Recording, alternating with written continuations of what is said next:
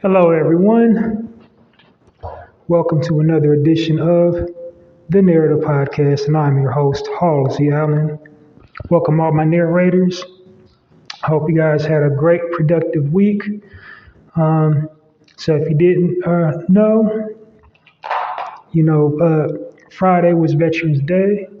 So shout out to all my original people that served in the armed forces, especially at a time in our country where we was treated less than human beings. Went overseas to fight for this country, and then came back to the States only to receive less than equal treatment. But anyway, like I said, welcome to the Narrator podcast. Welcome all my narrators. You guys already know the drill. So welcome all new people newly listening to my podcast, getting familiar with my platform. Welcome. And I'll just briefly describe, what it is I do here and get this party started.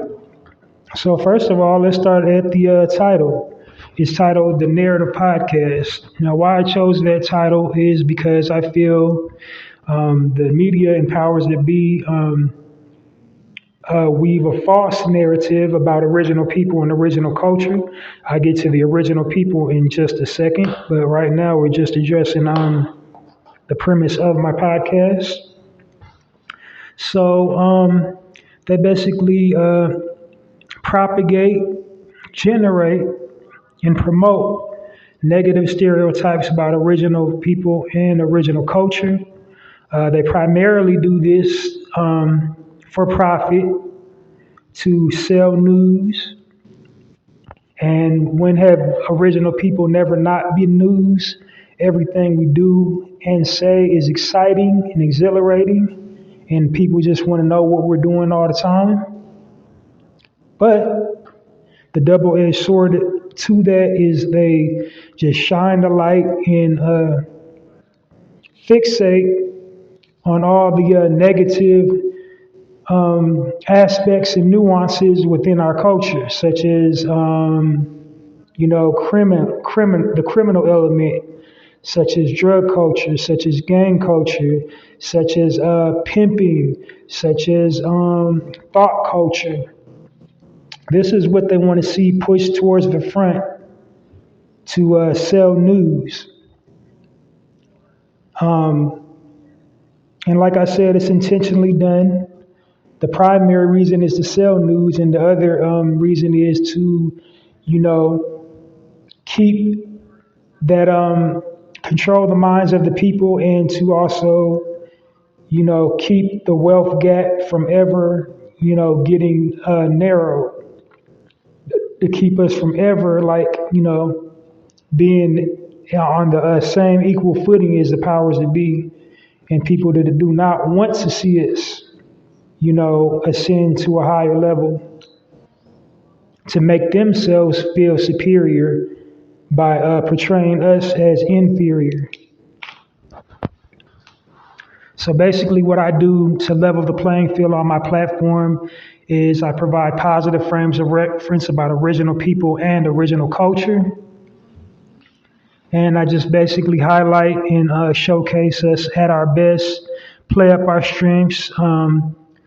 On this podcast, you will hear stories about redemption, stories about leadership, family structure, and basically us contributing to the human experience here on Earth, and you know, just shining the light on our true nature rather than these preconceived notions about us.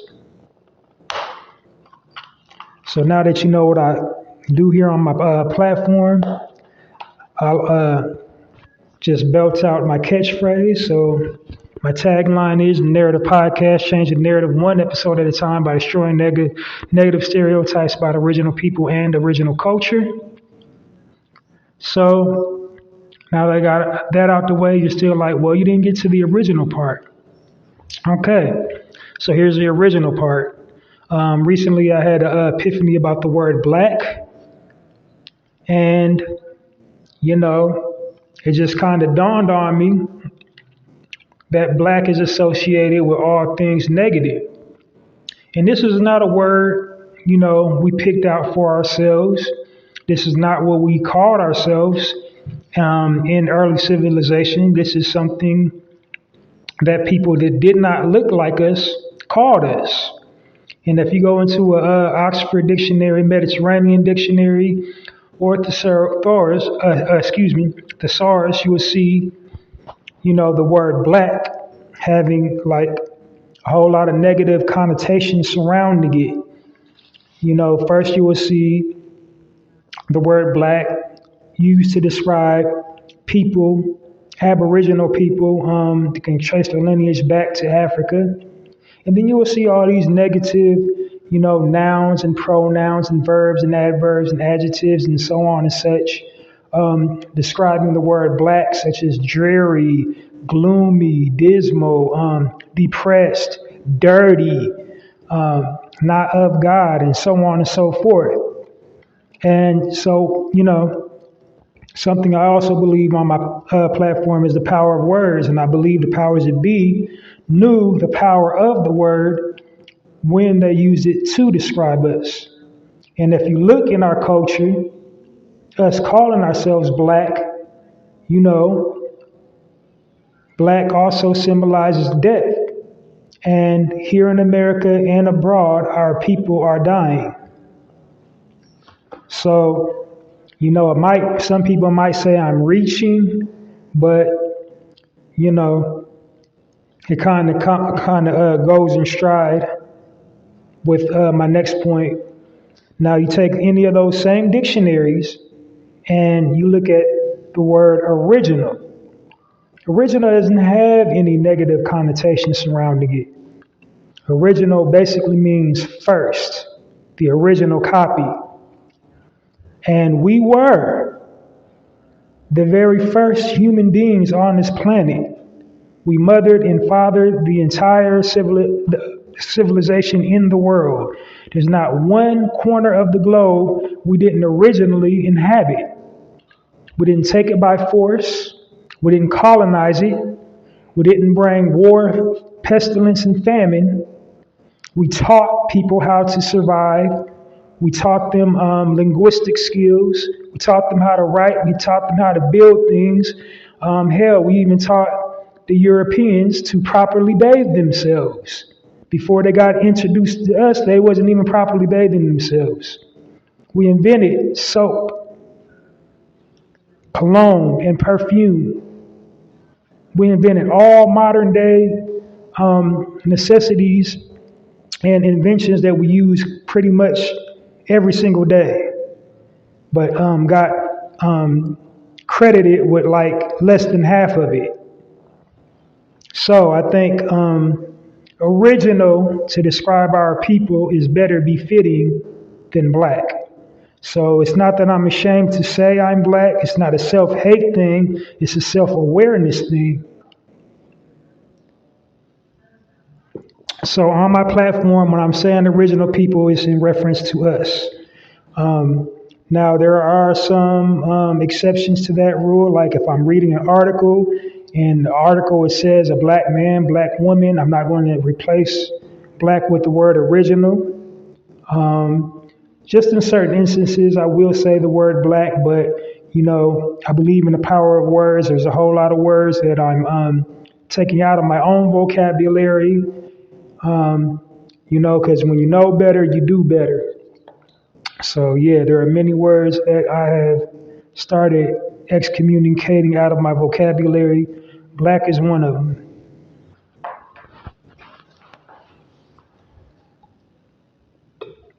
Unless it's in reference to the actual color black, like black pair of socks or something that's the color black, like a black car or something like that, then I probably say it. But in reference to our people, no.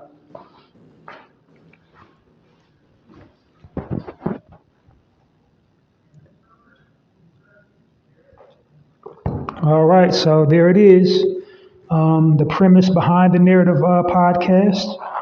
And I'm going to tell you a little bit more about my platform before I dive into the content. So, first of all, my podcast is divided up into sections. Each section has a speaking point.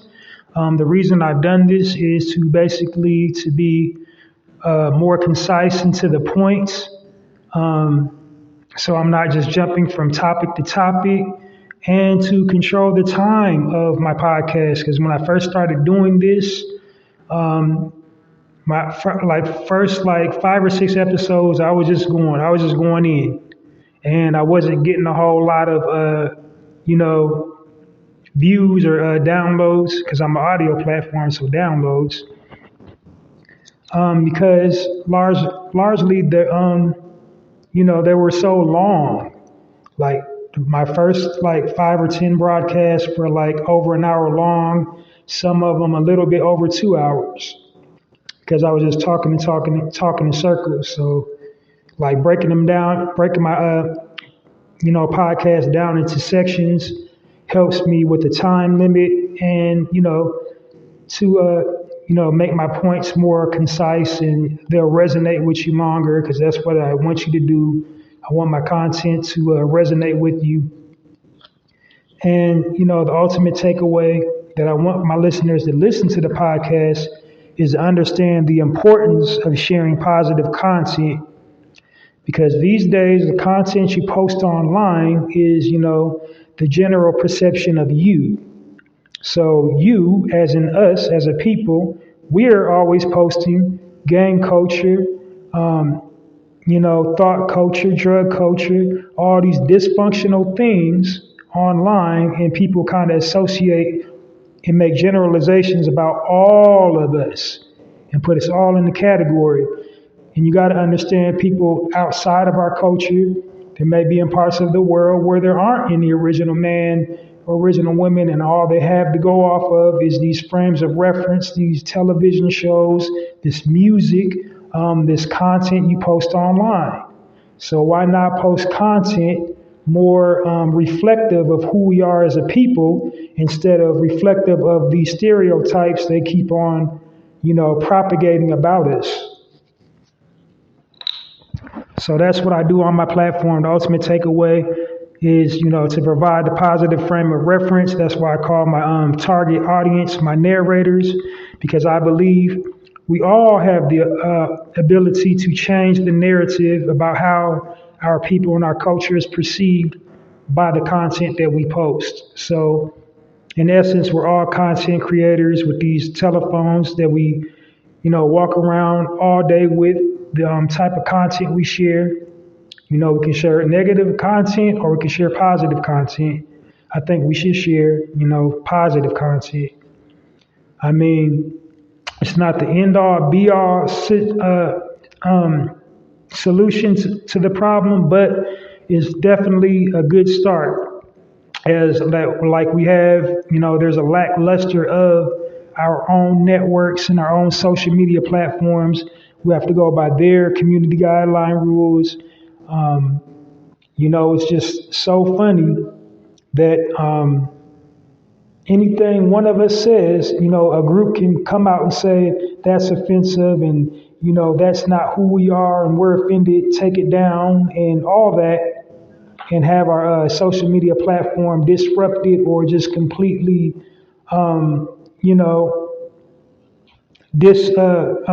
mantled, or what do they call it?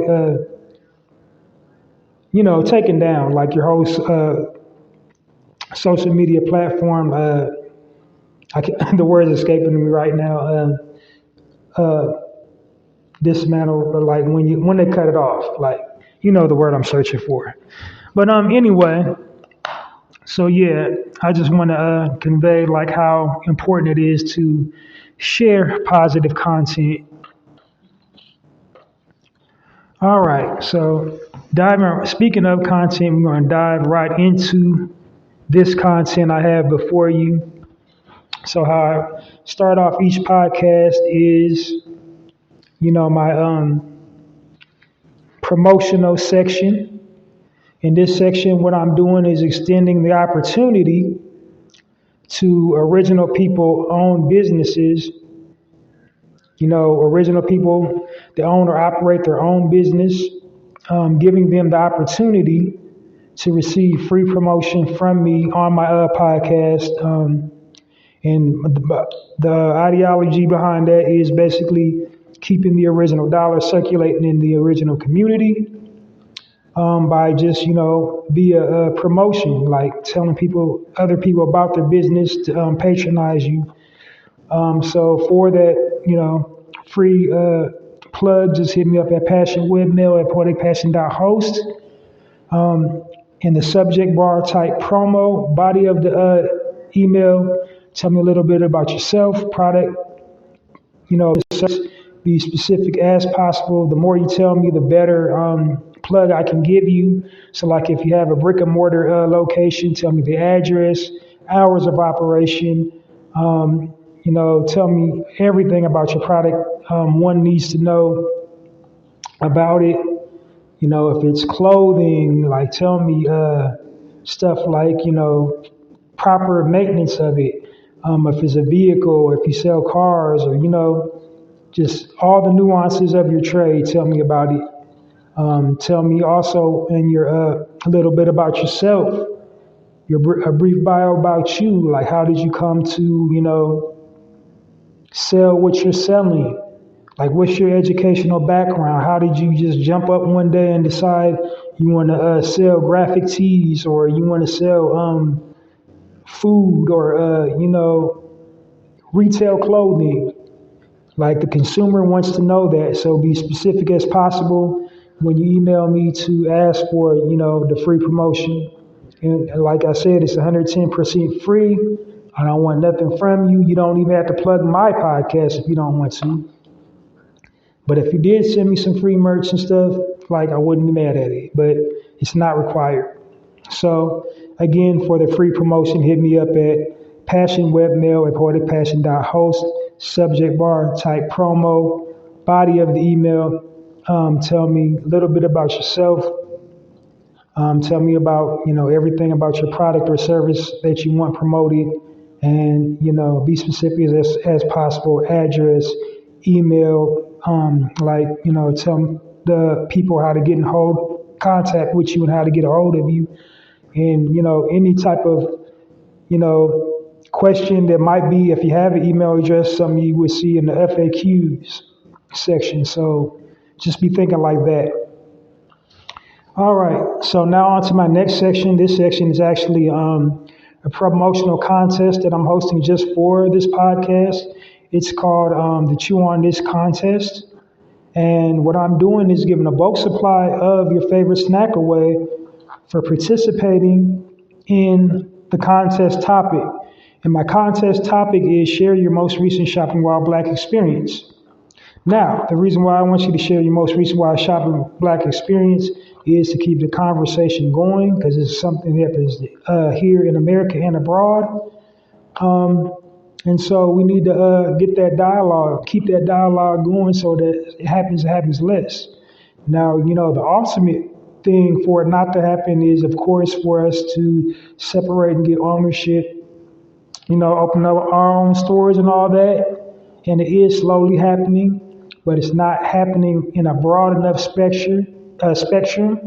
We're still going to have to go outside of our residency and still deal with people that do not look like us and do not understand us, or how to communicate and how to treat us. So we're going to experience that problem. Some are going to be subtle with it. Some are going to be just straight up blatant. They don't want you in their store. They don't want you in their establishment. What I want you to do in the contest is, describe to me your most recent shopping while black experience. Like tell me, like, how did you know it was racially motivated? The way you got treated in that establishment. Just give me a brief summary. I don't want to, your whole life story. Just give me a brief synopsis of what happened, and did you follow up with it? And you'll get a bulk supply of your favorite snack for doing it. And the reason why I'm doing it is for just basically incentive for the people that's already been listening to my podcast, give them, something free for listening to me, and to attract new people to listen to my podcast, incentive for them to listen and tell other people about it. So I give away cool prizes, and as my momentum grows, I'm just doing snacks now. Pretty soon it'll be merch. Pretty soon it'll be electronics, and pretty soon it'll be money. I'm really building right now. So this is my contest at the training wheel stage. I'm giving away what's in my budget to give away. So it's a bulk supply of your favorite snack. When the sponsors and stuff start coming, then the prizes get more lavish.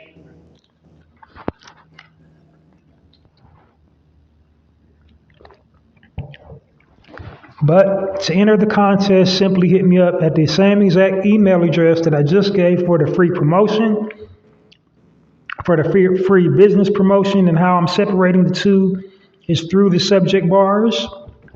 So for the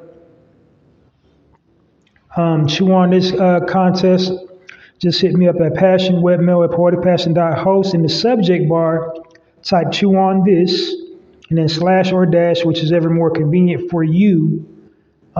Shopping while black. If you don't want to type out the whole word shopping while black, type in all caps SWB. Body of the email, like I said, tell me a little bit about your most recent shopping while black experience. And then include your mailing address so I know where to send the bulk supply of your favorite snack. And then tell me, what is your favorite snack so I know what kind of snack to get you. Very simple, very direct to the point, nothing tricky. I'm not charging an entry fee. Just, share your most recent shopping while black experience. So there you have it. That was kind of my introductory to my podcast. This is like the first, warm up round. And before I dive into the actual real content right now. So we're coming to my real content. Here is the highlight section. And what I'm doing here in this section is I'm highlighting businesses owned and operated by original people. And the reason why I'm doing that is to get you to patronize businesses that, pour into the community. So I want you to support those that support us in this section. And so in addition to just being original people owned and operated, they also, either have their own nonprofit organization or they pay into a nonprofit organization.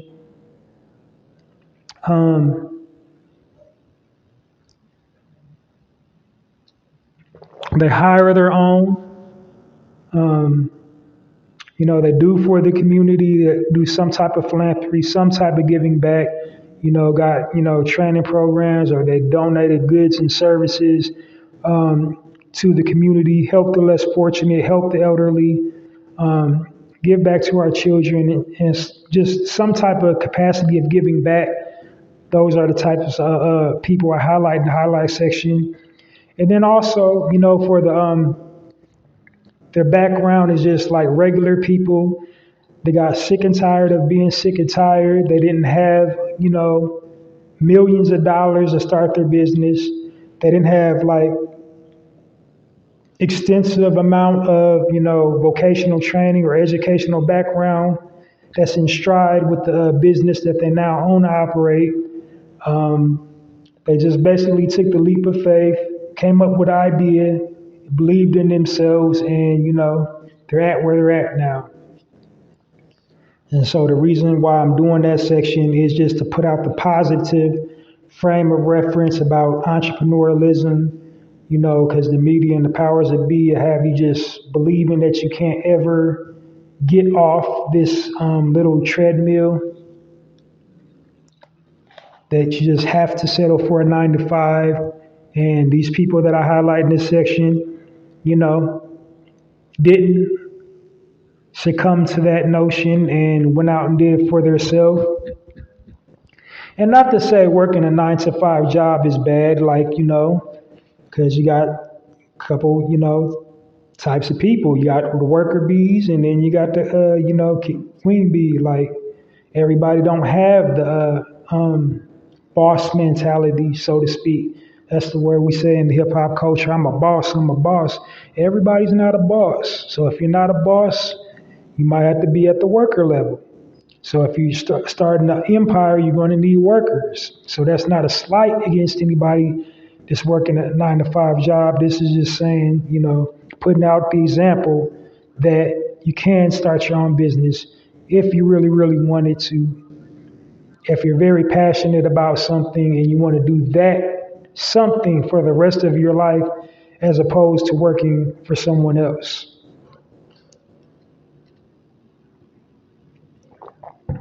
That's all. So it's no shade to people working 9 to 5 jobs.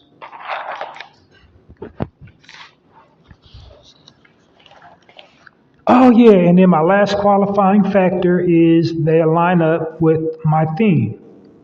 And my theme right now is the season of fall. So all these businesses, they line up with the season of fall. Fall is like one of the first things you think of when you think about the service that they're offering. All right, so with that methodology in place, now that you know where I'm going with it, I'm going to just go ahead on and jump right into the content. So I already said the season of fall. So what is something that happens every fall? I'm not sure like other regions celebrate this particular thing, but it's definitely a whole thing here in the States. Not in total agreement with it, the historical background of it, how it originated and what it symbolizes, but just keep it a buck. All of us do or have celebrated in the past. And the thing I'm talking about is Thanksgiving. So, having said that, the next few businesses sell a quintessential thing that you need, or people that celebrate it need at every Thanksgiving. The main star attraction of Thanksgiving is the Thanksgiving bird. And mind you, I don't eat meat, period. But, I'm not going to try to control the minds of other people. If you eat meat, do you? But, if you're going to get a turkey, you might as well get a turkey from your own. There are literally thousands of purveyors out there, original people owned and operated farms and purveyors that sell turkey. But here are the ones that stuck out most in my mind out of all the ones I found. A couple of them had a unique background story, and the other one is just kind of, it didn't really have too much, in the way of why they got started, who's the owners and all that. But, I digress. Pretty solid stuff. So, first up on the roster is Off the Grid in Color. They're rooted out in Salisbury, North Carolina. It got established in 2016 by one Miss Chantel Johnson. And the email address is offthegridincolor.com. They also advertise on Facebook and Instagram. You can get in touch with them directly at offthegridincolor@gmail.com. Telephone number is area code 910-372-3372. So basically, this is an interesting story because this story was spawned out of grief. It was basically a coping mechanism. She was inspired after the shooting death of her brother Richie. Off the Grid Color is, she turned it into a sanctuary of health and wellness. So she was already on her brother's death, kind of started her on her own personal health and wellness journey. So she learned like all things natural, started learning how to agriculture, how to grow your own food. She became fascinated with raising livestock. She even went as far as, to learn about natural childbirth, excuse me. So off the grid farms. So obviously they sell livestock, and before I go off topic, off putting, it's Thanksgiving. Their star attraction right now is the turkey, but they sell all livestock. They sell beef, they sell pork, they sell chicken, poultry. But the star attraction right now is the turkey because it's they're gearing up for Thanksgiving. But they sell everything. They sell everything you will find on a farm: corn, beans, greens, tomatoes, everything, like all farm stuff. So it's a whole farm, but in addition to that, she also does speaking lecture tours, provides a doula service. So she is a registered doula. Their core value system is education, natural child care, birth. Right now, for their nonprofit organization, they got the Land and Labor Campaign, which is basically, she got a picture of her brother up on the campaign, a GoFundMe, and it's basically, the money that they will acquire for that is to keep their farm, steadily, leveling up, getting them all the farm equipment that they need, hire more ranch hands and whatnot, and get more livestock and more plots of land to expand their operation. So like I said, her original background, she was a social worker, and she also obtained a degree in social work from the University of Washington.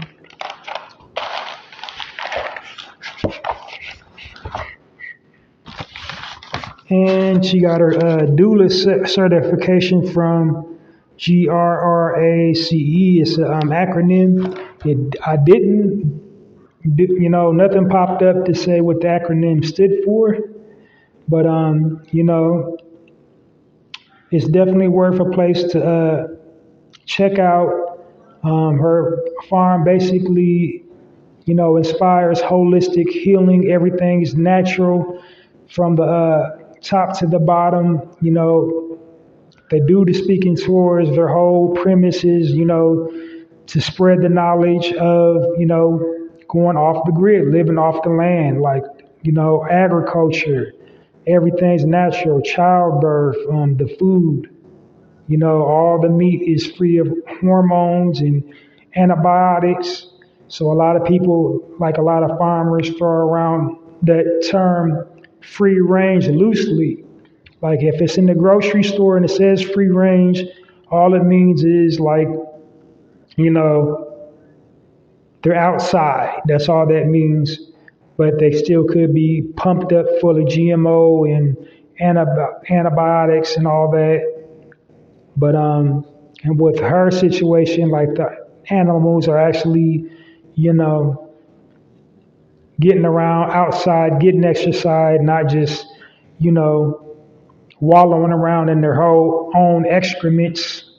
I mean, the whole premise of eating meat is just kind of nasty. But like I said, I'm not passing judgment on people to eat meat. But you know, if you want some really clean, really organic, that's definitely a place to check out. You're not only just getting food, you're getting a whole like total health and wellness package experience when you're going out there. There's all kinds of educational information being offered at that farm, so you can actually like learn how to live off the land, build, construct your own farm. You know, she also advises, you know, a small fee for advising if you wanted to start your own farm, you know, what type of equipment you need and all that good stuff. I think her core demographic is females, but you know, I think males can like learn something from her, and I think all brothers, we should know a little something about being a doula, because you just never know. You just never know. That's an important skill to have.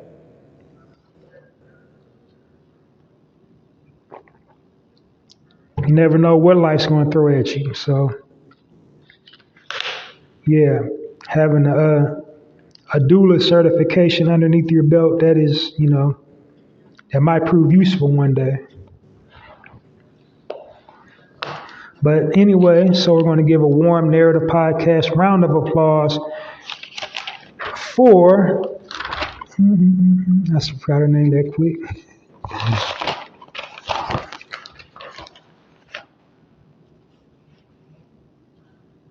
Chantel Johnson and Off the Grid in color. Dang, I don't know where my mind's at today, but yeah. Chantel Johnson and Off the Grid color. Off the Grid in color. I keep on fumbling. We salute you and thank you, sister. Hope, you know, I can send you some new people to patronize your business.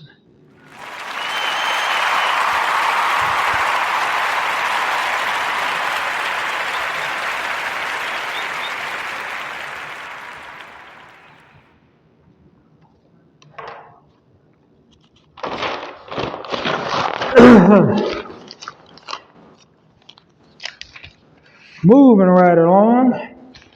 Now this, like the second one, like I just told you, I already prepared you. There wasn't a whole background story for this next business that I'm about to plug. It's just like real simple and to the point. It doesn't really even say their last names, but you know, kind of lined up with my theme. The turkey, they just, I think they only advertised on Instagram, and they got a telephone number and an email address to speak to them directly. So this couple's name is Lynn and Wade, and it's Lynn and Wade's farm. And I already told you, they are advertised on Instagram. They primarily specialize in turkey, so turkey all year round. But you know, they have other livestock as well, and there's well, you know, fresh produce. So Lennon Wade's farm, ladies and gentlemen. Also, the telephone number is 910-875-7347. Email palins@earthlink.net. So go on to get you some of that bird, that holiday bird, if you eat bird. Lynn Wade's. Warm round of applause for Lynn and Wade.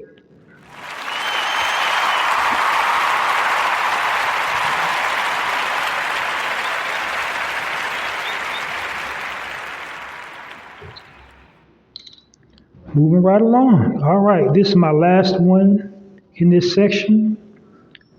This one is called the Southwest Black Ranchers. And this is a husband and wife team, James and Rachel Smith. SouthwestRanchers.com is the email address. They're rooted out in Arizona. So I ain't lied to you, Morgan. I just didn't want to go to Arizona. I love that song, that episode. That really, like, I know he's like a grown man several times over. I know he meets at least one person that runs up to him with that Martin line. And what he was on like 6 or 7, what about like 5 seasons of Moesha, but they were running up on him with that line. And Martin Lawrence is the one that delivered the line. I mean, he said it, but like Martin just made it just hilarious. But anyway, I'm getting off track.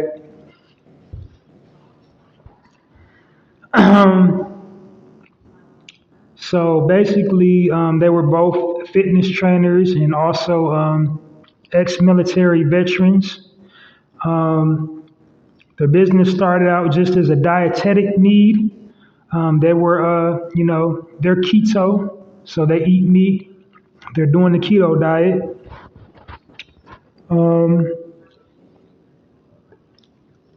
And they wanted to just provide a sustainable food source and wanted to naturally raise the livestock themselves. So it's the first of its kind. It's an all protein farm. So there is no vegetation. It's just only animals. So it's only like beef, chicken, and pork and turkey. It's in Arizona, first of its kind.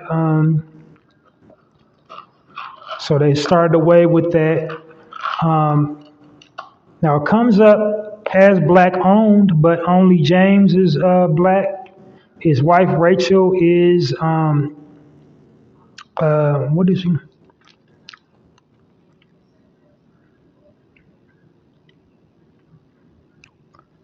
Oh Jesus, what is her nationality? I forgot to put it in the notes. It's like right on the tip of my tongue. I swear it is. Now I'm going to look it up. And no disrespect though. It was just escaping me.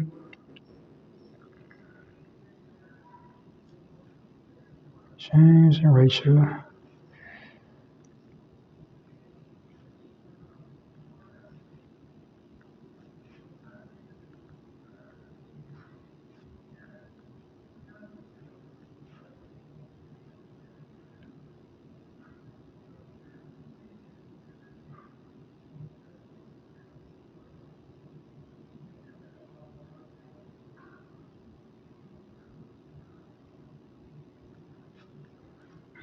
They didn't pop up. Let me do it again.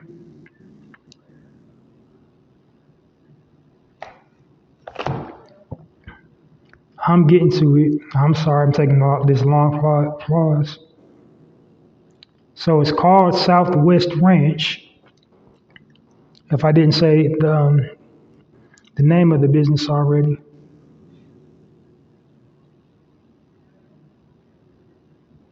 Oh, yeah. Okay, now I remember. She's Filipino. I don't know why I had a brain fart. I couldn't remember. I didn't even have to punch it up. It just came to me just like that. So James is black.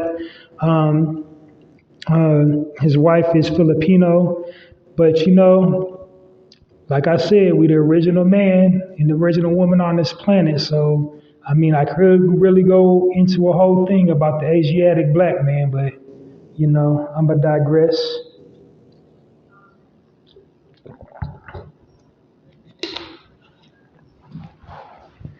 Anyway, like I said, it started out as a dietetic need. They was both doing the keto thing, and they just wanted to, do quality control and provide a service where they know that the meat has not been tampered with and hasn't been pumped full of chemicals, you know.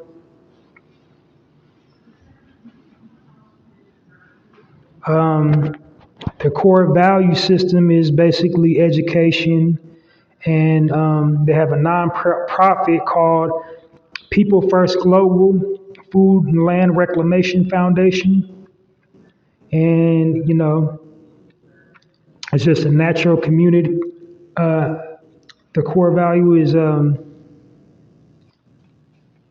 providing, I hate this word, funding underserved ranchers, providing free natural community services to educate, aggregate, and maximize the profitability for small farmers and ranchers to make them more competitive.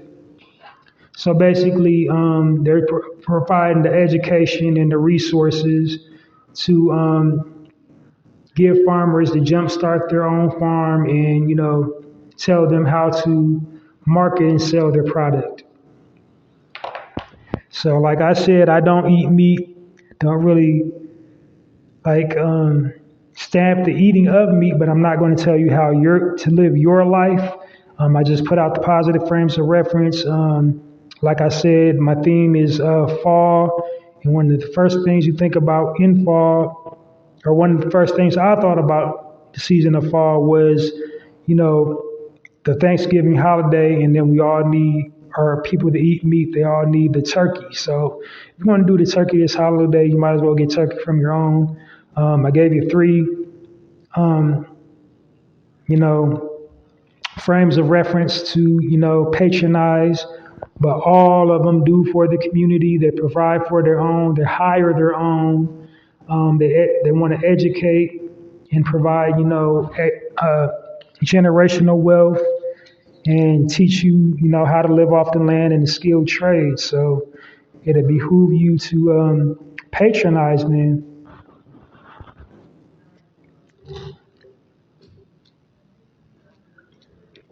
So give a warm Narrator podcast for James and Rachel Smith in the Southwest Black Ranchers.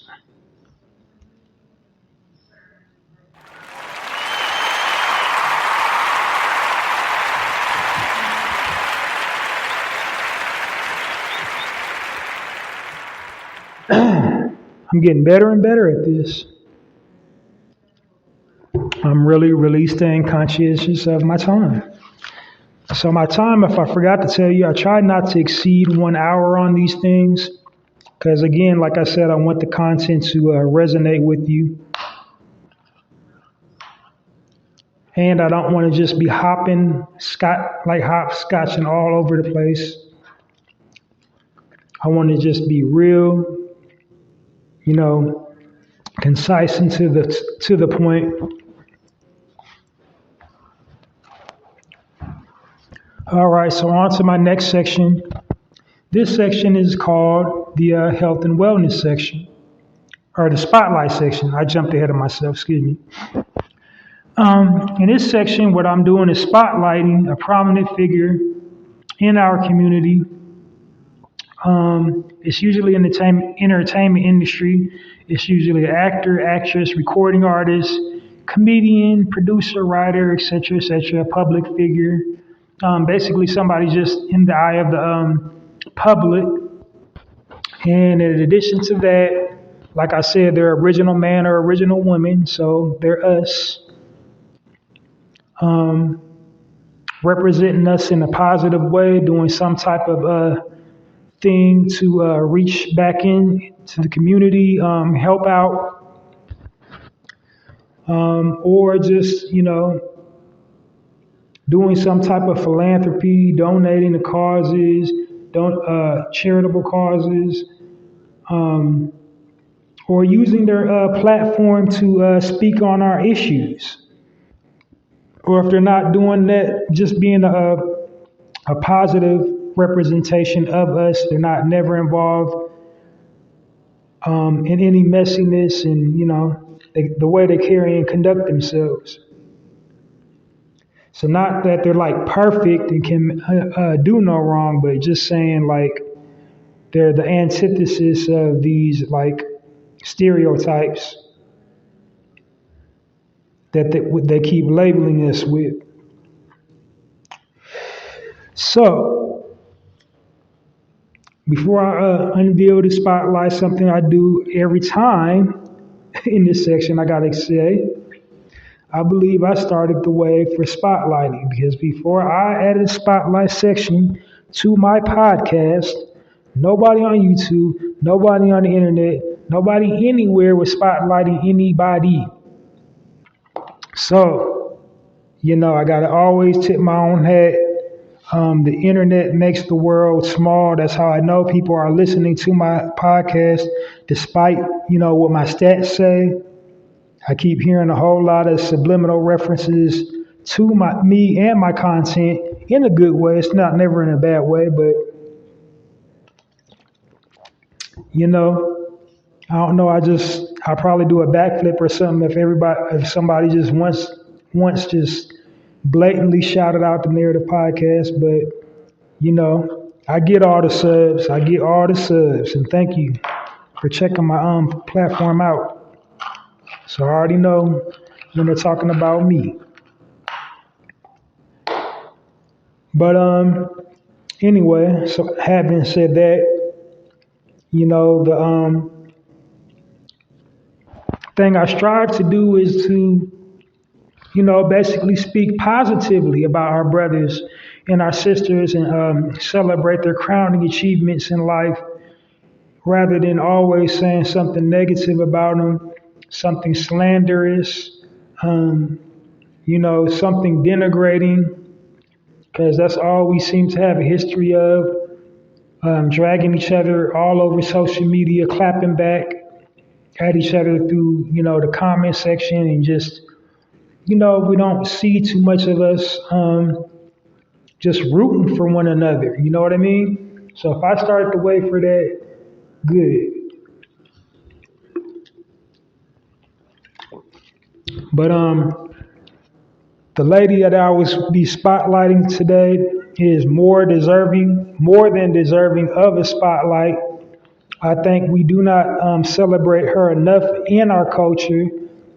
She just has such a beautiful, just bubbly personality, just sparkling wit, very down to earth. I know she's not perfect, like nobody's perfect. I'm pretty sure, somebody somewhere could pull me to the side and tell me something. But, for the most part, super positive, bubbly. I already said bubbly, like beautiful, just all around, got that inner beauty that it just comes out on the outside too. She's so beautiful on the inside. It comes out on the outside too. Just got this magnetic aura surrounding her.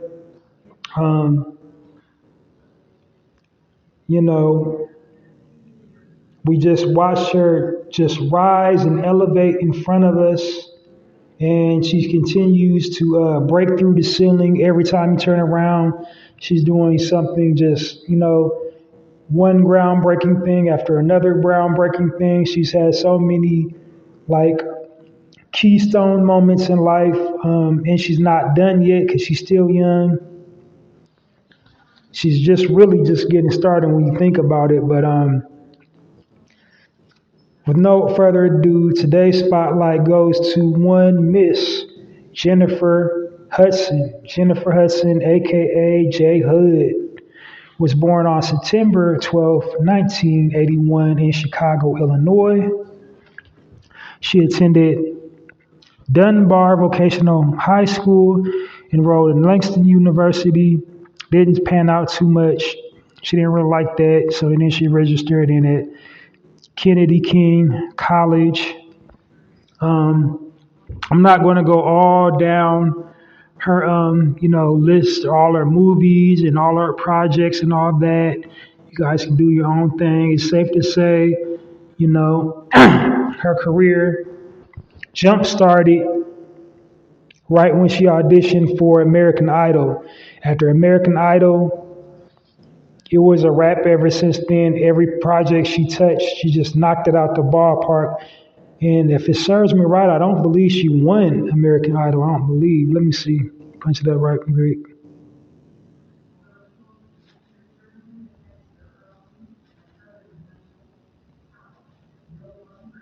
She might have won. It's been so many years.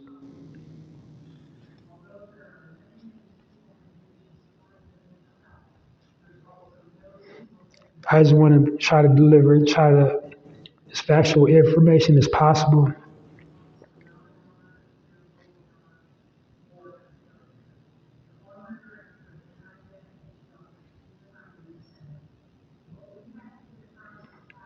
Yep, she was a finalist in 2004 on the third season of American Idol. So I don't believe she even won, but her presence was just so exhilarating. You could not help but just root for her. And again, she's just like all about the craft. She don't just sing; she can sing. Her singing spirit just like is breathtaking. It's exhilarating. It'll have you just going through the motions, like whatever she sings. Um, we've watched her overcome so many hurdles right in front of us. She is indicative, even though she didn't win that contest, she is an American Idol. Like the first obstacle she overcame in front of us was the weight thing. Said she can't be an American Idol because of her weight. She lost all the weight. But even with all that weight on her, she was still highly attractive and wore herself, carried herself with a certain dignity and a poise and grace.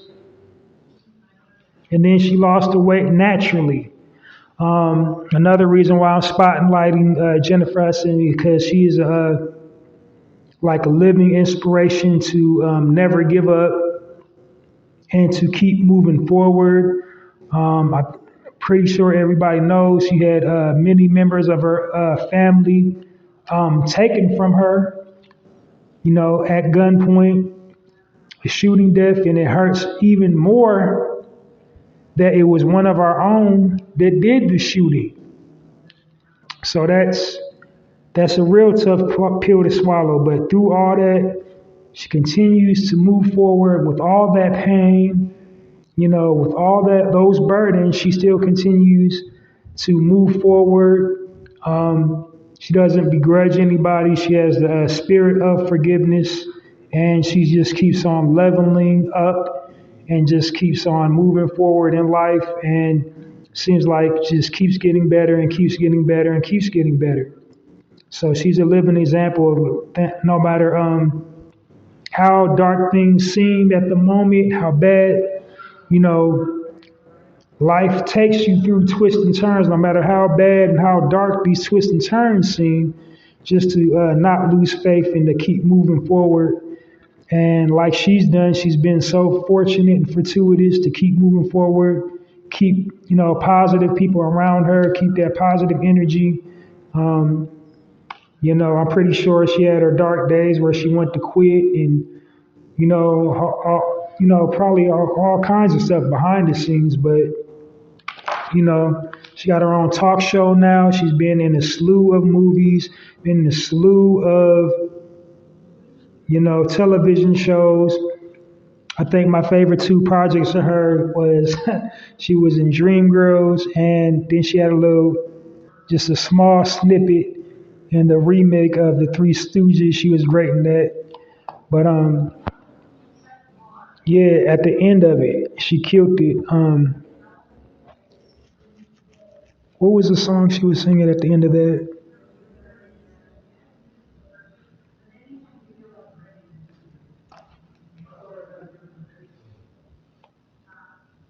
Let me see. Got to punch that up again. But anyway, she sung a song at the end of Three Stooges. So she killed that and just like She been killing everything all her career, and just she keeps getting better and keeps getting better, and she just carries herself with poised dignity and grace, and embodies just femininity and the spirit of sisterhood. She ain't never took a catty slight against other people, even when the media tried to pit her against people and tried to, shift it in the direction. It was like a rumor circulating that, in the movie, I think it was Sparkle, like try to insinuate or instigate some type of thing with Beyonce, and it wasn't never nothing like that. But like I said, she just carries herself with poised dignity and grace, got a giving, loving, warm spirit, and continues to motivate and inspire the masses. So give it up for Mrs. Jennifer Hudson.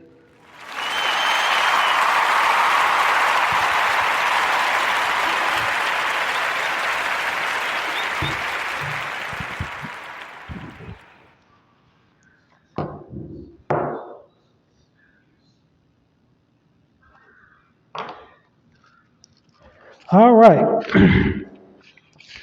Now we're on to the next section. The next section is the health and wellness section.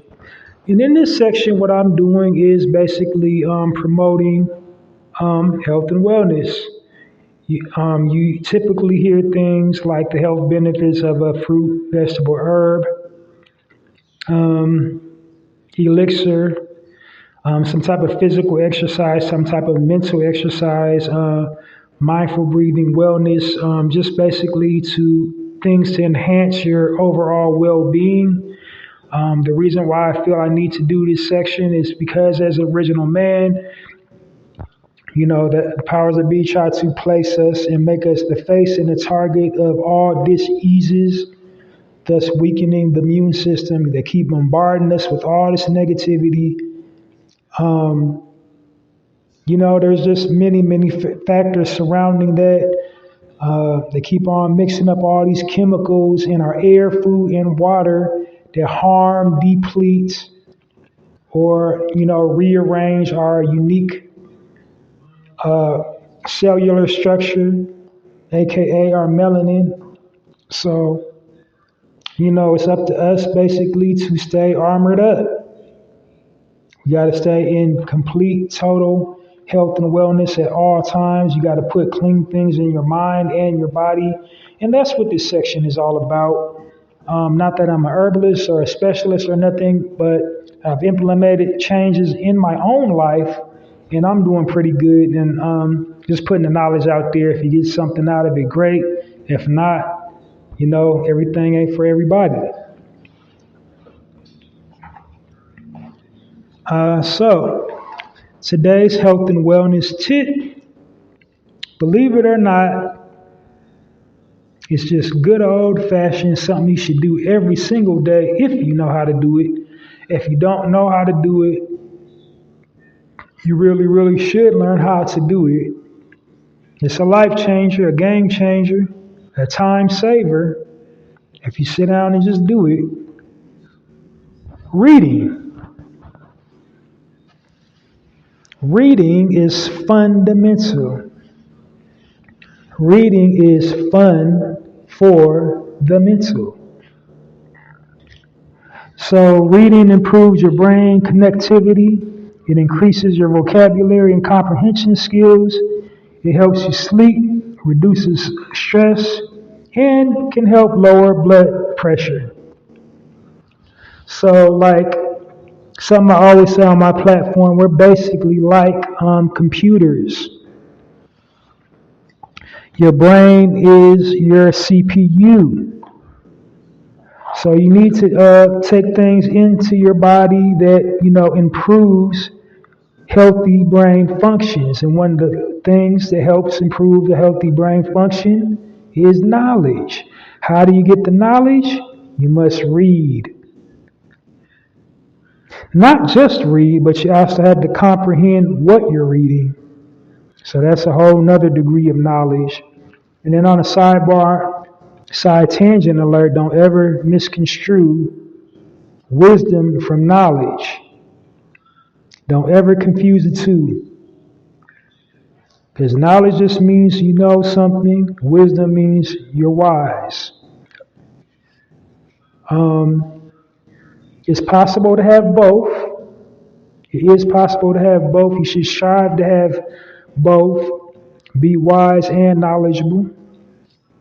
Some people only have one, but never ever, defecate on somebody for not having two.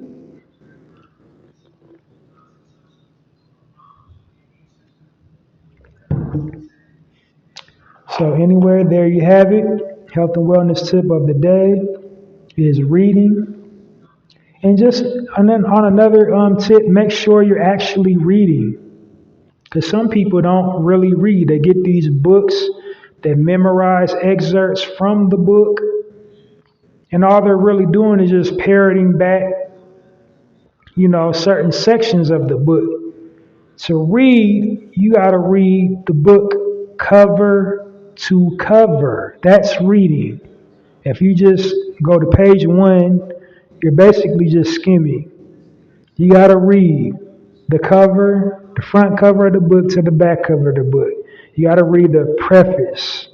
You got to read the table of contents, author notes, works cited page, so you get a whole, conceptual feel of where the author was going in the book to absorb the knowledge from the book. That's reading.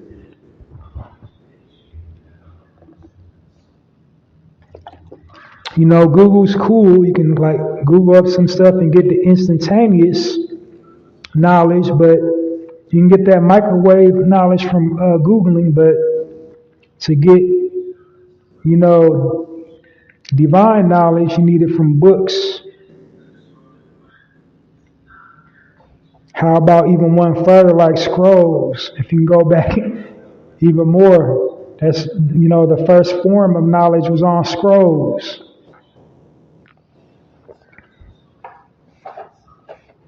But anyway, definitely try to read something every day. If it ain't nothing but the back of a damn cereal box, read something.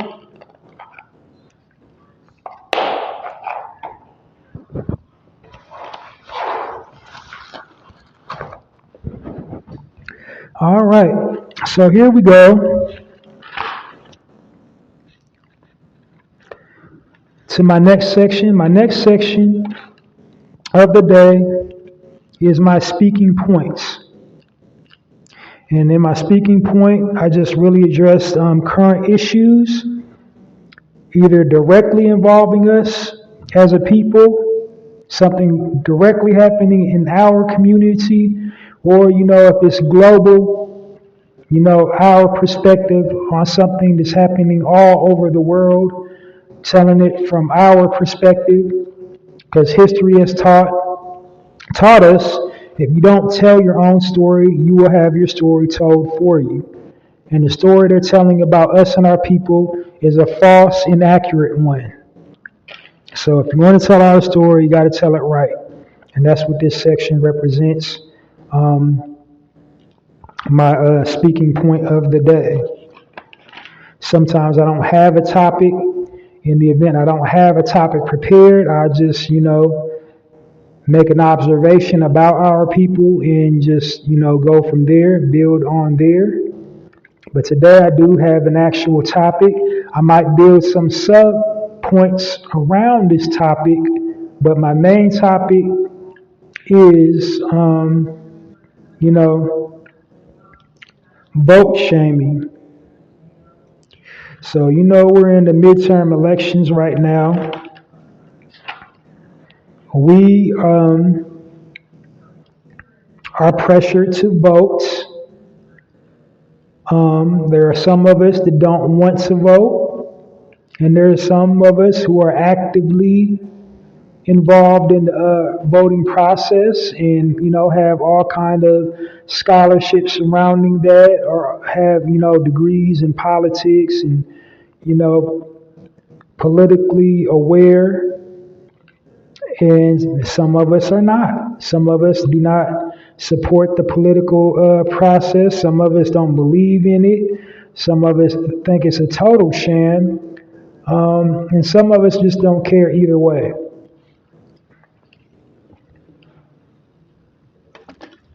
So having said that, whatever your stance on voting is, you should not vote shame.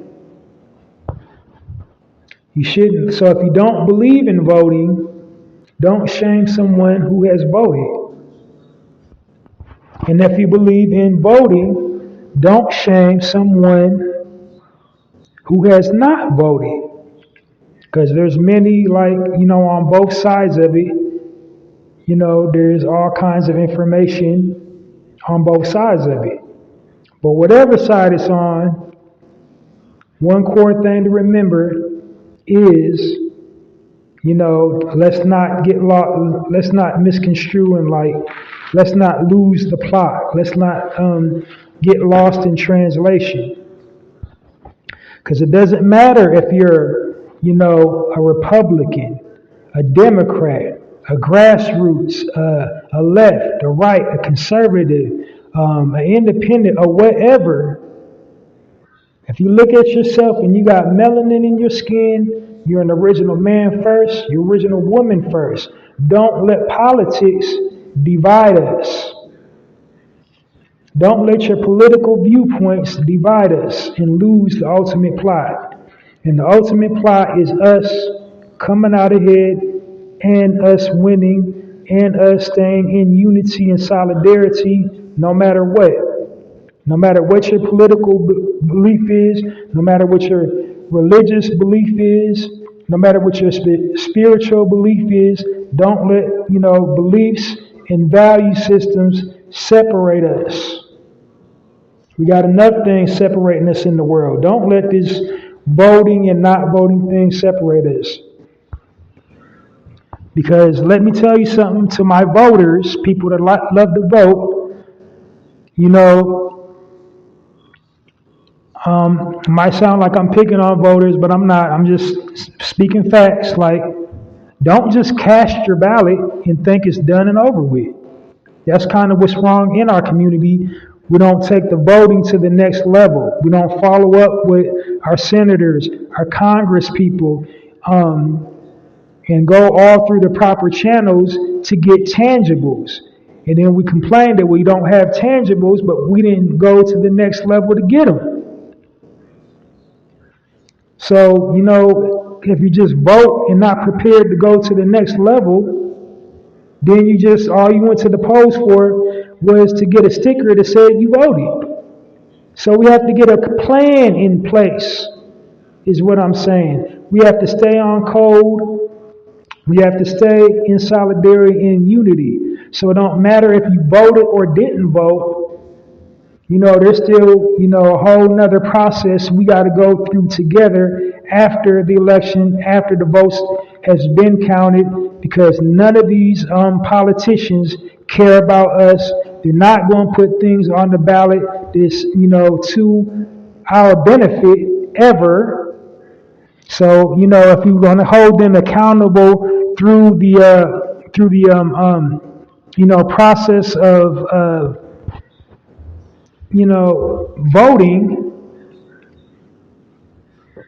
then you got to follow up. You got to go all the way through the motions. You can't just cast your vote and be like, oh, I voted for such and such. I voted for such and such.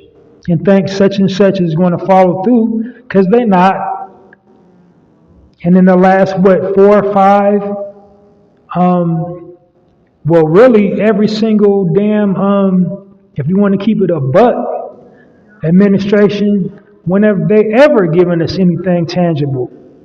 So just because you vote and the political, jargon and rhetoric surrounding the voting process doesn't mean, it's working.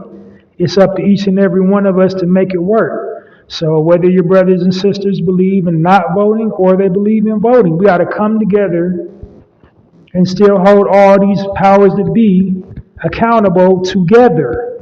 Because together is the only way they're going to listen to us. If we sitting up there arguing back and forth online. Well, because y'all didn't vote. Because y'all didn't vote. Da-da-da-da. Doing all this finger pointing. Nothing's ever going to get done. Nothing's ever going to get done if we're just sitting back and forth doing all this finger pointing.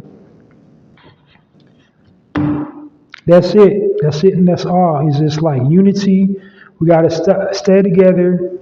Don't vote shame each other. Whether you voted or you didn't vote, don't vote shame. Because if you voted, it ain't nobody's business that you voted anyway. It's called a secret ballot. You're not supposed to tell anybody that you voted anyway.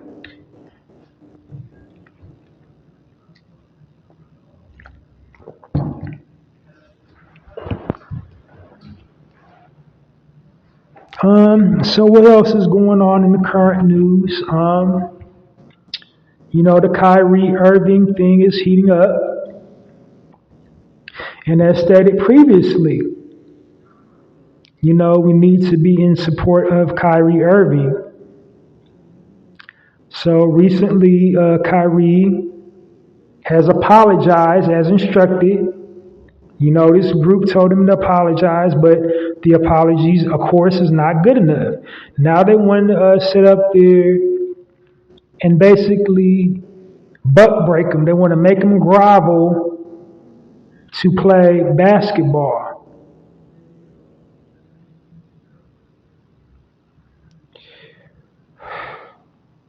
So many things to unpack.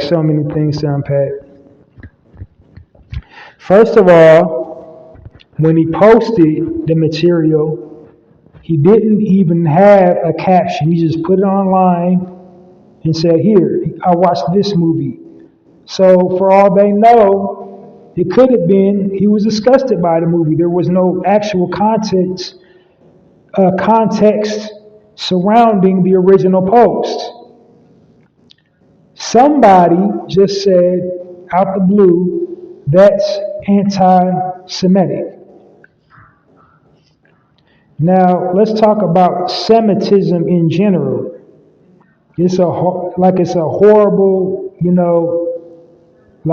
divisive thing. Like, Semitism isn't even to describe a people. That's a language.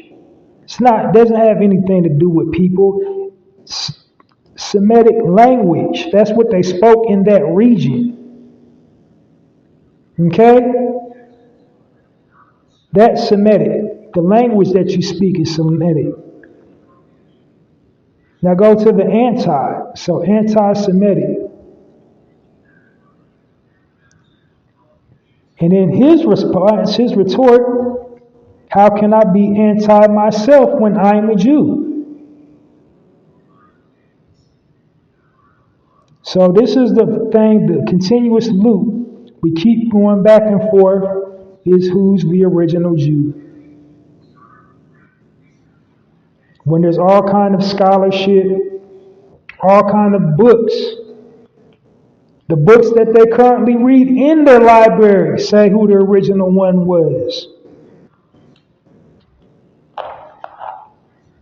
But that's not why I'm bringing that up. Now let's break down defamation. Defamation in the court of law, that means to say something grossly untrue, so grossly untrue that it hurts, your finances. It's a lie somebody told about you. There's so many people believe it that you can't get a job, that you get fired from a job, that you get something taken away from you. Something financial, that you lose money because of a lie somebody told. So you with me? Or are you with me so far? So Anti-Defamation League. Who does this league always come after? Who does this league always punish? They come after original men or original women that make six figures or better. They sit back and watch and watch and watch. As soon as they say something that they do not like, then they gotta apologize. Then they have to pay an exorbitant amount of money to continue on with whatever it is they do. If they're in sports, they got to pay a fine to keep playing sports, sign a brand new contract. So I'm not done just paying the 80, 90 grand. They want me to own me for the next 8, 9 years of my life because I offended you by saying something that you said. It's not actually anti-Semitic. You just said it was anti-Semitic because you say you're the original Jew. It might have been insensitive. It might have been not immoral, but unethical. But it wasn't untrue. He didn't take money from y'all. Y'all taking money from him. Make it make sense. Now, there's a whole lot of generalizations going on surrounding that as well, because not all European Jews feel that Kyrie Irving is anti-Semitic. They also feel he didn't.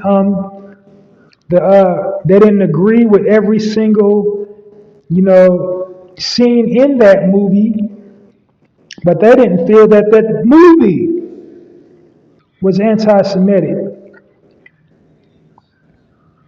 How come is it every time someone offends an original man or original woman, an Asian, somebody of Spanish descent, no apology is ever given? No fines are ever forced. No social media privileges are ever taken away. But as soon as an original person offends somebody on that league or a Caucasian person in the LGBTQ, because it's never, somebody Spanish or somebody native or somebody Asian in the LGBTQ community gets so outraged to cancel somebody. It's only the Caucasian people. It's only, European Jews on this ADL, white people, that want to cancel people. For what? They didn't spew hatred. They accuse people of saying hate speech. And it's just really just something they didn't like. They didn't like how it was phrased. It offended them by the way it was phrased. Sometimes they don't even be getting the full context of what was said before they say it's anti-Semitic. They just said, you can say, they can keep, a black person can just say the word Jew. And now the league's moving in on you just because you said the word Jew. Now, if you really people from God, there's all kinds of religious track. Every single version of the Bible, every single version of your the Pentateuch and what do they read? The Torah and the other one, I forgot the name of it, but the other one too, to not move in that manner. Because y'all sitting up there trying to degrade somebody and act not of God, when if you believe in God, God is the ultimate judge, but you're acting as a judge in human flesh. If somebody offends you, an apology should just be good enough. If you say you love God in your heart, you take the apology. You don't take their money and their livelihood too. You don't make them grovel and beg to do something they love because they offended you. That's like if you're in a relationship and, somebody just falls back from you. Or they cheated on you or whatever. They say, I'm sorry. I didn't mean to hurt you. And you don't take the apology. Like, what more do you want? They said they're sorry. You want them to die? Y'all want Kyrie Irving to die.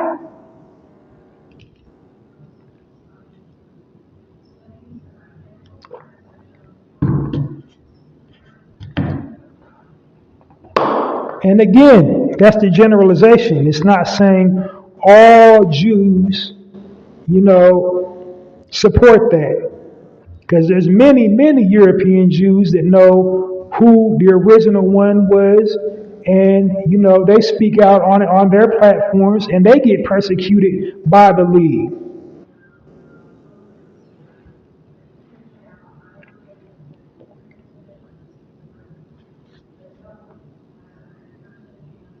And let's just see something. So I did come across a little tidbit of information.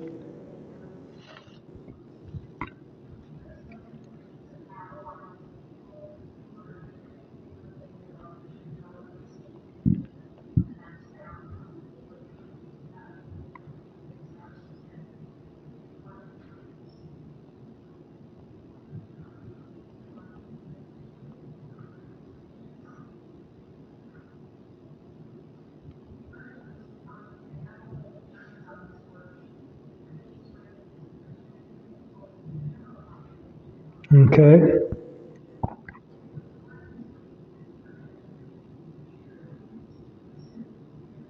I'm punching it up now. Article reads the ADL and the KKK born of the same murder 100 years ago. Memorial Day strangling led the Jews and anti-Semites to rethink survival strategies and form two stalwart organizations. Few Americans know that the Memorial Day involved the vanquished Southern states' Confederate Memorial Day launched in 1866. 13 Maryland.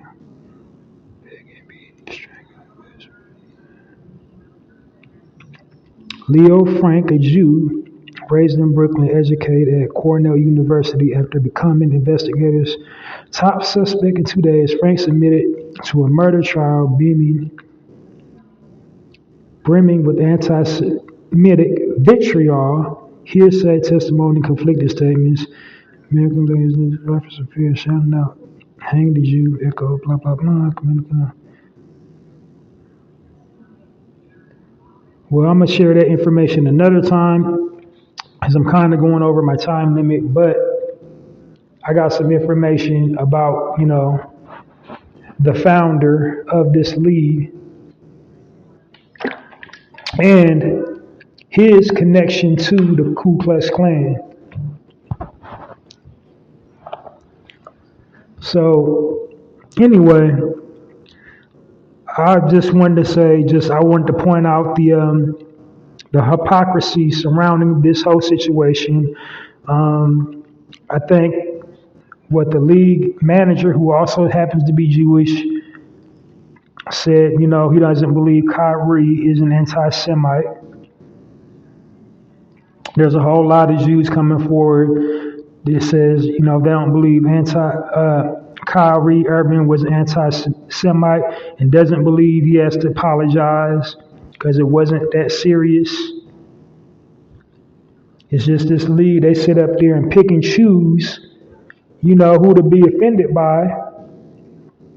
They don't never go after the Rush Limbaughs. They never go after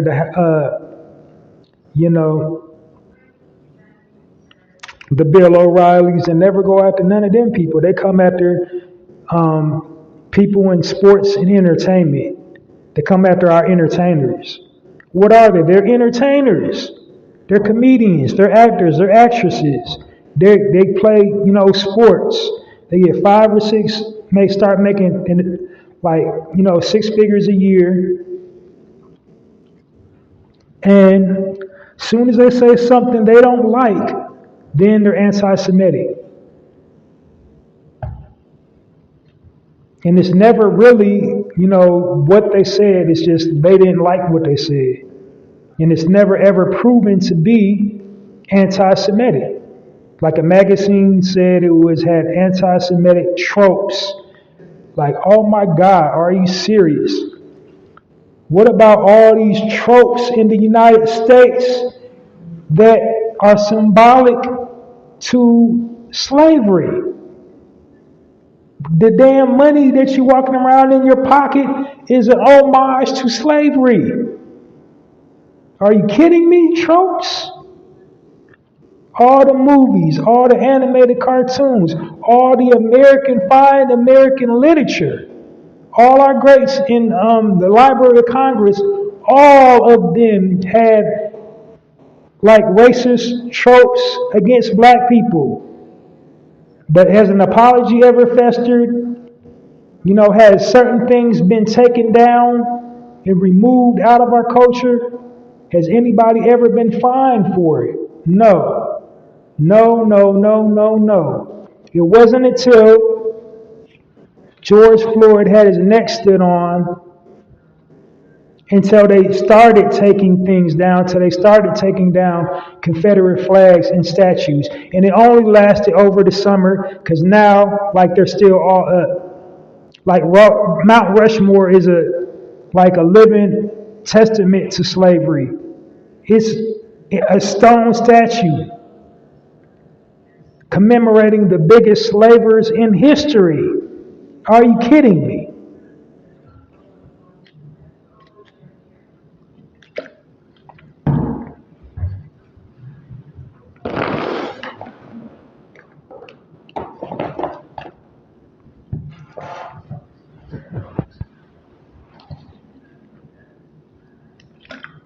Well, that's all I want to go on my speaking point today, because my speaking point, I think I made my point, because now it's turned into a rant. But like I said, I want to keep my content concise and to the point. I just wanted to point out the hypocrisy surrounding it. And then I wanted to also take the time to make some oversights that I made in a previous live. And I was speaking about, this situation. I wasn't misinformed. I just felt like I wasn't steering my point in the way I wanted to steer my point. I didn't want to come off making a generalization saying all Jews. I'm just talking specifically about this, hypocritic league that targets our people, finds them a bunch of money, and then has their social media accounts deactivated. Yeah, that was the word I was searching for, deactivated. Has their social media accounts deactivated, gets them kicked off Facebook, gets them kicked off Twitter, gets them kicked off Instagram, YouTube for violating community guidelines. And it doesn't seem to be in the community guidelines when they say something offensive about one of us. So you got to make it fair, make it make sense. You say you're the chosen people of a God, start acting like the chosen people of God, and accept forgiveness. When somebody comes to you and you say, hey, you offended me, I'm sorry, forgive me. You're supposed to forgive them and walk away. It's done. You don't keep on hitting them with fines, make them go read books in your library and all that. You take the apology and say, good enough, okay, and leave them alone. You got to go after their whole legacy. You got to go after people in their family that ain't even got nothing to do with it. You got to, sick the IRS on them. They got to pay for the next 5 years of their life because they said something you deemed offensive. And it's not actually offensive, it's just something you deemed as offensive. I can't tell other human beings how to feel. Like if you are a Jew and got offended by that, I can't tell y'all not to feel offended and hurt. But at the same time, you got to know your history. You got to know your history. If they presenting facts, rooted in facts, not out of emotion, what you do is you bring your facts to challenge their facts and dialogue about the facts and not operate out of emotion. Because having somebody's social media account Deactivated, that's acting out of emotion, not scholarship. Making them pay exorbitant fines for saying something that you feel hurt your feelings, that's not acting out of scholarship, that's acting out of emotion. So make it make sense. Are you of God or are you not of God?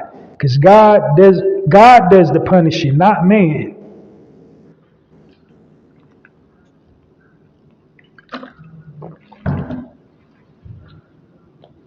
You ain't never heard, a Jewish person to say something offensive against one of us that they had to go to a Black History Museum, that they ain't had to go to, the NOI library and the Hebrew Israelite library and the Moorish Science Temple and all these other scholars we have when they offend us and pay all these exorbitant fees when they offend us.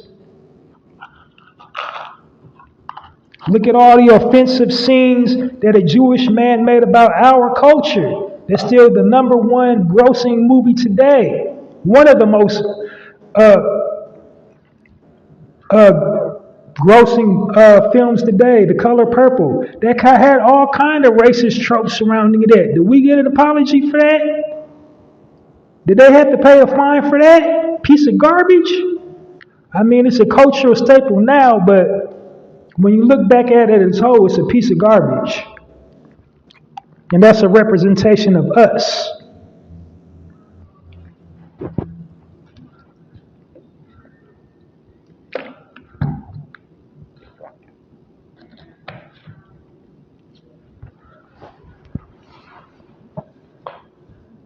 But anyway, like I said, I'm going to get off that topic, move around. Final thought of the day. So my final thought of the day is a gem, a pearl of wisdom, just something to inspire critical thinking and, something that will resonate with you.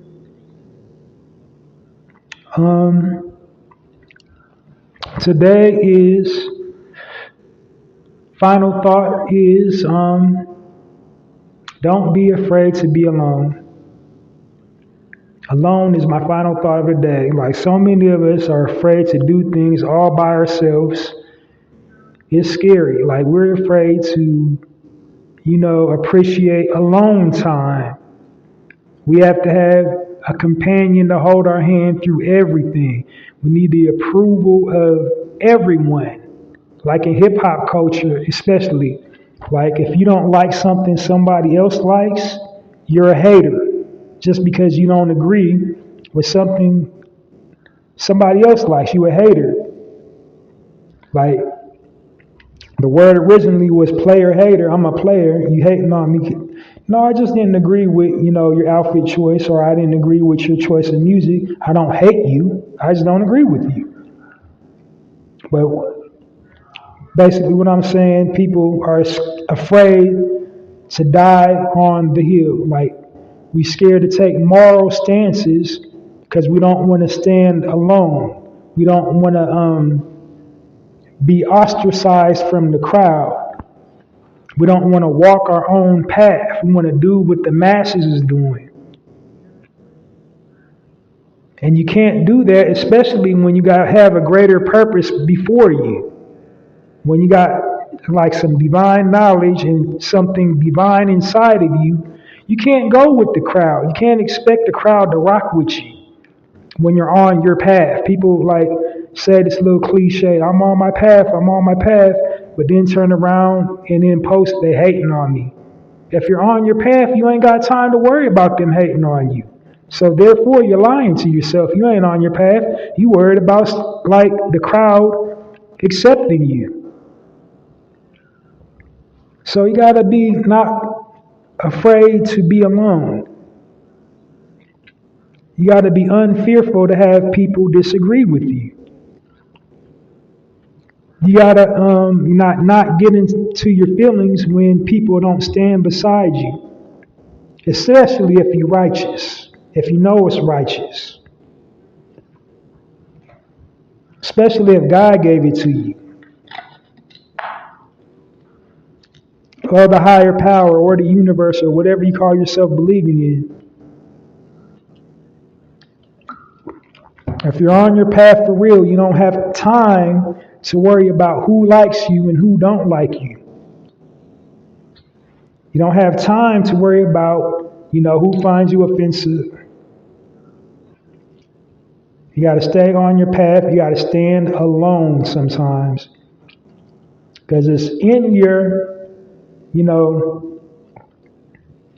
time that you spend alone, that's who you are. That's where you're going to find your resolve. That's where you're going to find your revelation, the answers that you're looking for, because it's all inside of you. But if you don't spend time alone, you can't learn to look at yourself. You can only view yourself the way others view you, because you're always around other people. Learn how to be alone.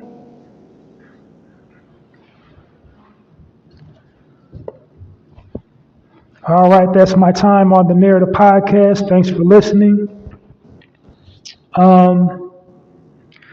To keep my platform growing, please download this episode and all previously recorded episodes of the Narrator podcast. And make sure it's the ones hosted by me, Halsey Allen. I also broadcast live during the week. I never know what days I'm going to broadcast live. That's why I always title my live broadcast Random Lives, because I just randomly broadcast live throughout the week. So to avoid not missing a live broadcast, please follow me on YouTube. My viewer channel is just Halsey Allen on YouTube. Subscribe, click that notification bell. You will never miss me when I'm live. Or on Twitter, also Halsey Allen. Because the app I'm using for my podcast, it broadcasts directly to my Twitter and my YouTube. So I still haven't figured out how to do my Instagram and Facebook, but it broadcasts automatically to YouTube and Twitter. So follow me on YouTube and Twitter, and you will never miss me when I'm live. Also, please support my poetry blog. It's called Halsey's Poetry Corner at www.mrhalseysblogs.com. And my tagline for that is Poetry with a Passion, Poetry for All Occasions. And to support me, just simply go to that link like I just said, Halsey's Poetry Corner at www.mrhalseysblog.com, and just share any poem that you like on there to all your social media platforms, whether it's YouTube, Facebook, Twitter, whatever, share them on them. And then also, go out and purchase a copy of a book I just wrote. It is titled The Black Card, and you can get it on, let me see, punch up.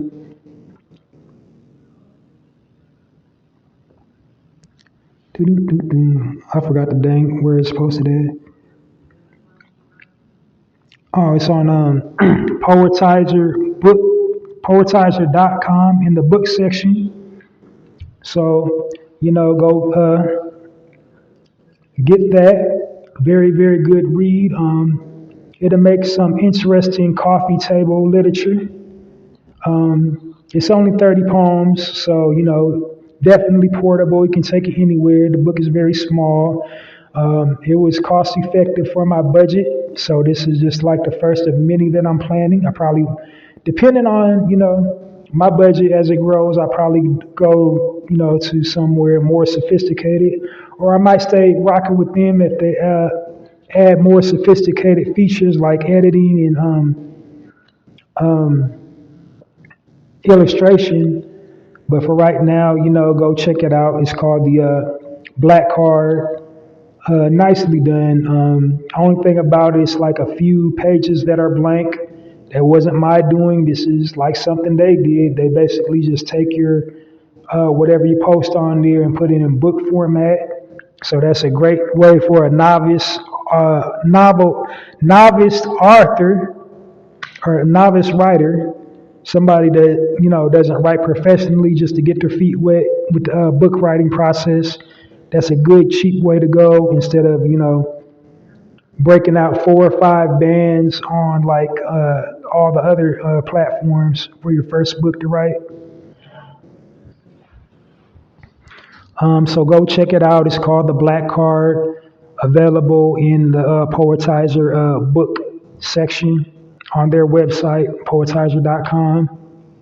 And I got all kinds of projects in the making coming up. I will share when I'm at the link in the bio status. So keep on supporting Halsey Allen and the Narrator podcast.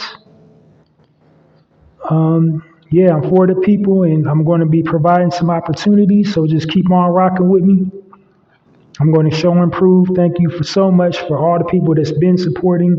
Please continue to support. Tell a friend to tell a friend to tell a friend to tell a friend to tune in to the Narrator podcast. Join the movement by becoming a narrator, and let's change the narrative together. All right, thanks for tuning in and listening. This has been another edition of the Narrator podcast. Halsey Allen, the Narrator podcast, signing off, and it's like that.